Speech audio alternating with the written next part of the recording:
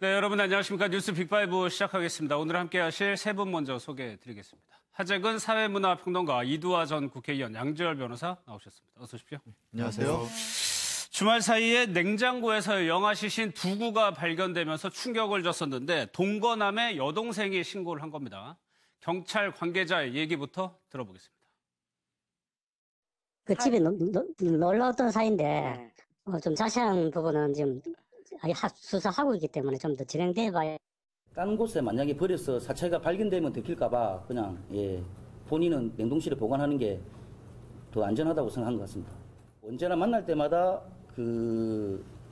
이 펑퍼짐한 옷을 입고 다녀서 자신은 예전에 이제 만날 때는 알 수가 없었다 이렇게 얘기를 합니다. 일단요, 발견된 거는 그렇다 치고 이 여성이 이사 갈 때 이거를 들고 왔다는 거거든요. 예. 들고 와서 냉동실에 넣어놨다는 거 아니에요? 예, 이 여성이 작년 4월부터 예. 이 남성하고 동거를 시작했다고 하니까 그 전까지는 자신의 집에 저 아이들 시신을 보관하고 있다가 그랬겠죠. 동거를 예. 시작하면서 이사를 할 때 뭐 라면 박스 같은 데다가 포장을 해가지고 본인이 직접 가지고 이동을 했다고 합니다. 예. 근데 이제 그 동거남 같은 경우에는 전혀 그것을 인지하지 못했고 예. 그리고 냉장고 안에 까만 비닐봉투에 넣어서 냉동실에 넣어놨지만 동거남과 70대 동거남의 어머니도 전혀 그것을 모르는 상태에서 1년 이상을 지내다가 예. 동거남의 여동생이 와서 이제 반찬을 해주려고 냉장고를 뒤지다가 어머니한테. 예. 그것을 발견하고 신고를 했다는 거죠. 예. 34살이고 동거남이 59, 나이 차도 굉장히 많이 나는데 지금 경찰 얘기도 들어봤지만 이 동거남이 이 사실 여부를 알았느냐, 몰랐던 것처럼 일단은 얘기하고 있거든요. 근데 저는 몰랐을 수도 있는 것 같은 게 예. 사실 이제 시신을 보관했다 이런 부분은 몰랐을 수도 있을 것 같아요. 왜냐하면 냉동실 제일 안쪽에 보관을 했다는 취지로 지금 증언이 나오고 있는 것 같은데요. 근데 그 남자분들이 보통 그리고 집안 살림을 안에서 일해주는 사람이 있다고 하는 경우에 예. 본인이 이제 뭐 음식을 한다던가 이런 일이 없으니까 냉동실 제일 잘 안쪽까지 모르죠. 안 볼 예. 수도 있으니까요. 그러니까 이 시신이 이 집안 냉동고에 있었다는 사실은 몰랐을 수도 있을 것 같고요. 근데 이제 출산 사실이나 아니면 이런 부분은 본인은 이제 펑퍼짐한 옷을 입고 있어서 만나는 거는 이 2016년 1월에 이제 둘째 영아를 출산했다고 하는 거잖아요. 근데 그 당시도 만났던가 보죠. 그러니까 그 당시에 몰랐던 게 그 펑퍼짐한 옷을 입고 있어서 뭐 임신 여부를 알 수 없었다. 근데 이런 부분은 더 확인해야겠지만 뭐 임신 여부를 알았다고 해서 그 집안에 그렇게 시신이 있을 거라고 알았다고 추정할 수는 없죠. 그렇죠. 네. 그러면은 이 여성은 도대체 이 아이를 왜 냉동고에 두고 있었느냐거든요. 예, 근데 대부분의 경우 이제 뭐 이 경우에는 아이를 해친 것인지 아닌 것까지는 명확하게 나오진 않았는데요. 예, 아직까지는 안 어쨌든 그 뭐 사건이 일어났을 때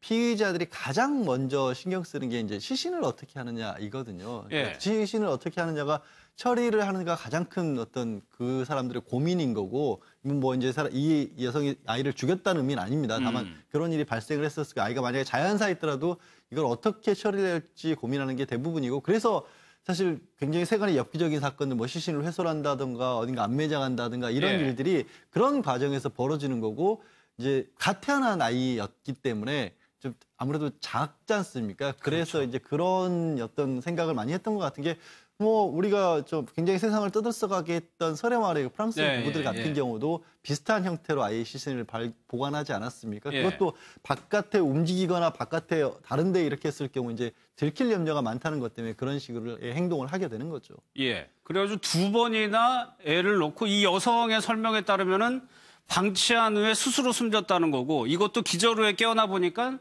숨져 있다라는 건데, 이게 살해를 한 거하고 자연사하고는 또 다른 얘기잖아요. 네, 그리고 또 특히 영아 살해는 그 보통의 살인죄보다는 형량이 좀 낮아요. 법정형이.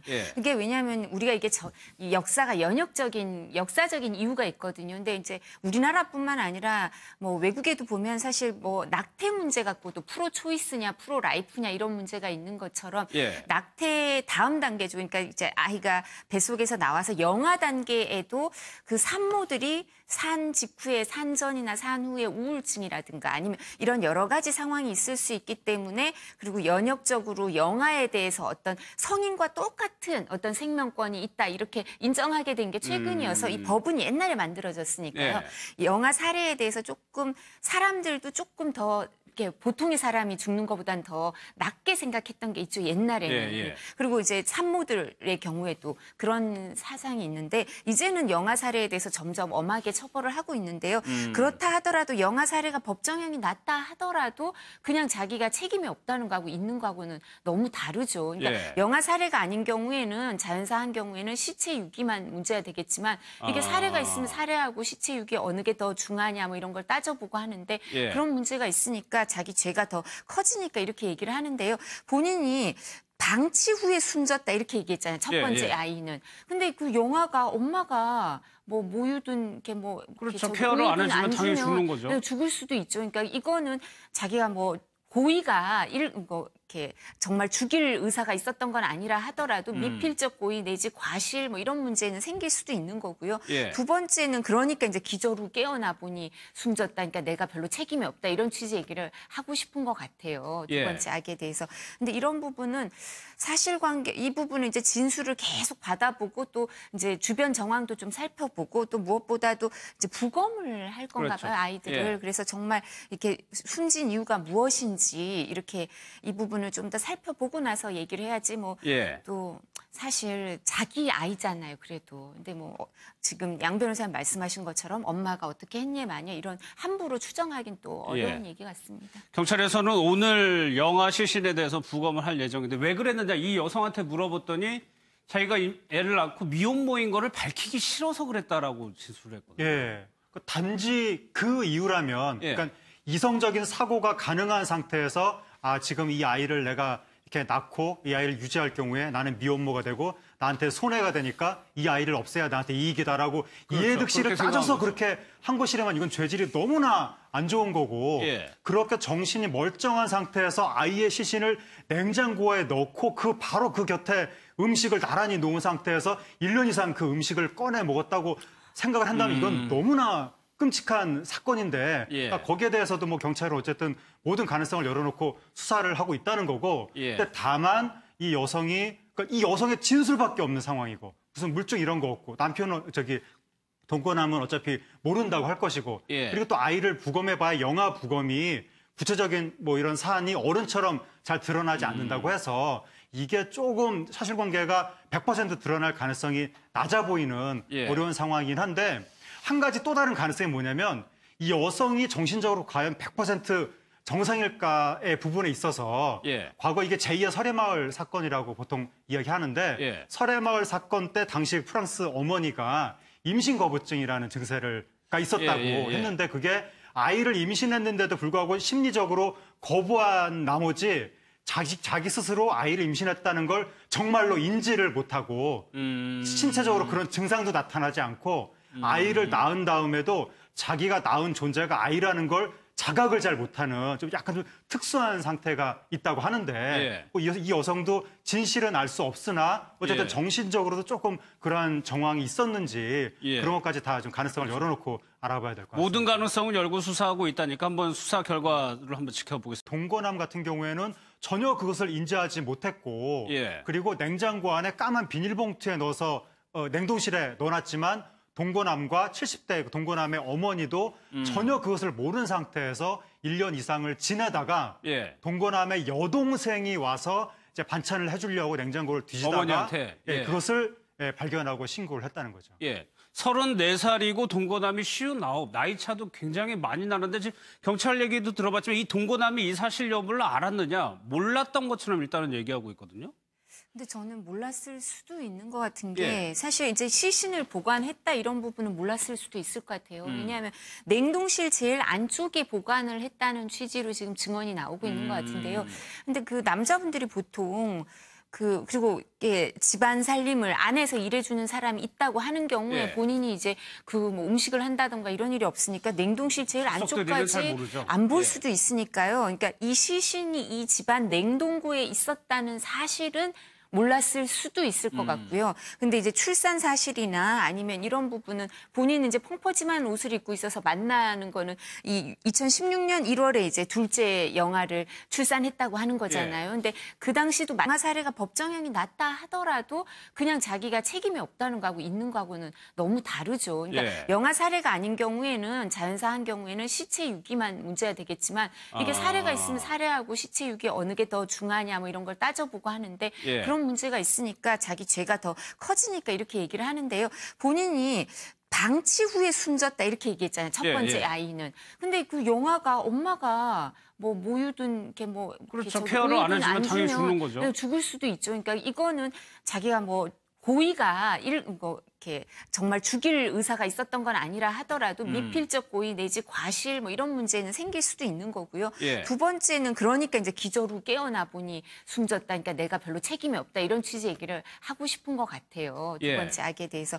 근데 이런 부분은 사실관계 이 부분은 이제 진술을 계속 받아보고 또 이제 주변 정황도 좀 살펴보고 또 무엇보다도 이제 부검을 할 건가 봐요. 아이들을. 그래서 정말 이렇게 숨진 이유가 무엇인지 이렇게 이 부분을 좀 더 살펴보고 나서 얘기를 해야지 뭐 또 사실 자기 아이잖아요. 그래도. 근데 뭐 지금 양 변호사님 말씀하신 것처럼 엄마가 어떻게 했니 마냐 이런 함부로 추정하긴 또 어려운 얘기 같습니다. 경찰에서는 오늘 만났던가 보죠. 그러니까 그 당시에 몰랐던 게 그 펑퍼짐한 옷을 입고 있어서 뭐 임신 여부를 알 수 없었다는데 이런 부분은 더 확인해야겠지만 뭐 임신 여부를 알았다고 해서 그 집안에 그렇게 시신이 있을 거라고 알았다고 추정할 수는 없죠. 그렇죠. 그러면은 이 여성은 도대체 이 아이를 왜 냉동고에 두고 있었느냐거든요. 예. 근데 대부분의 경우 이제 뭐 이 경우에는 아이를 해친 것인지 아닌 것까지는 명확하게 나오진 않았는데요. 아직까지는 안 어쨌든 그 뭐 사건이 일어났을 때 피의자들이 가장 먼저 신경 쓰는 게 이제 시신을 어떻게 하느냐 이거든요. 그러니까 시신을 어떻게 하느냐가 처리를 하는가 가장 큰 어떤 그 사람들의 고민인 거고, 뭐 이제 이 여성이 아이를 죽였다는 의미는 아닙니다. 다만 그런 일이 발생을 했었으니까 아이가 만약에 자연사에 있더라도 이걸 어떻게 처리를 할지 고민하는 게 대부분이고, 그래서 사실 굉장히 세간의 엽기적인 사건들, 뭐 시신을 훼손한다든가 어딘가 안매장한다든가 이런 일들이 그런 과정에서 벌어지는 거고, 이제 갓 태어난 아이였기 때문에 좀 아무래도 작지 않습니까? 그래서 이제 그런 어떤 생각을 많이 했던 것 같은 게, 뭐 우리가 좀 굉장히 세상을 떠들썩하게 했던 설의 프랑스 부부들 같은 경우도 비슷한 형태로 아이의 시신을 보관하지 않았습니까? 그것도 바깥에 움직이거나 바깥에 다른 데 이렇게 했을 경우 이제 들킬 염려가 많다는 것 때문에 그런 식으로 행동을 하게 되는 거죠. 그래가지고 2번이나 애를 놓고 이 여성의 설명에 따르면은 방치한 후에 스스로 숨졌다는 거고, 이것도 기절 후에 깨어나 보니까 숨져 있다라는 건데, 이게 살해를 한 거하고 자연사하고는 또 다른 얘기잖아요. 네, 그리고 또 특히 영아 살해는 그 보통의 살인죄보다는 형량이 좀 낮아요. 법정형이. 그게 왜냐하면 우리가 이게 이 역사가 역사적인 이유가 있거든요. 근데 이제 우리나라뿐만 아니라 뭐 외국에도 보면 사실 뭐 낙태 문제 갖고도 프로 초이스냐 프로 라이프냐 이런 문제가 있는 것처럼 낙태 다음 단계죠. 그러니까 이제 아이가 뱃속에서 나와서 영아 단계에도 그 산모들이 산 직후에 산 전이나 산 후에 우울증이라든가 아니면 이런 여러 가지 상황이 있을 수 있기 때문에, 그리고 연역적으로 영아에 대해서 어떤 성인과 똑같은 어떤 생명권이 있다 이렇게 인정하게 된 게 최근이어서 이 법은 옛날에 만들어졌으니까요. 영아 살해에 대해서 조금 사람들도 조금 더 보통의 사람이 죽는 것보단 더 낮게 생각했던 게 있죠, 옛날에는. 그리고 이제 산모들의 경우에도 그런 사상이 있는데, 이제는 영아 살해에 대해서 점점 엄하게 처벌을 하고 있는데요.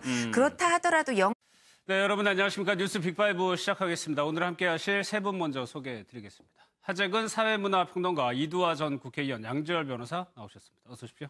안녕하세요. 주말 사이에 냉장고에서 영아 시신 2구가 발견되면서 충격을 줬었는데, 동거남의 여동생이 신고를 한 겁니다. 경찰 관계자의 얘기부터 들어보겠습니다. 그 집에 놀러 왔던 사이인데 좀 자세한 부분은 지금 수사하고 있기 때문에 좀 더 진행돼 봐야. 다른 곳에 만약에 버려서 사체가 발견되면 들킬까봐 그냥 본인은 냉동실에 보관하는 게 더 안전하다고 생각한 것 같습니다.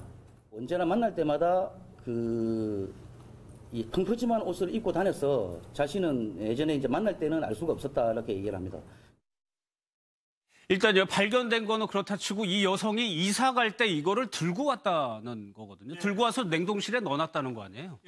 이 여성이 작년 4월부터 예. 이 남성하고 동거를 시작했다고 하니까 그 전까지는 자신의 집에 저 아이들 시신을 보관하고 있다가 그랬겠죠. 동거를 예. 시작하면서 이사를 할 때 뭐 라면 박스 같은 데다가 포장을 해가지고 본인이 직접 가지고 이동을 했다고 합니다. 예. 근데 이제 그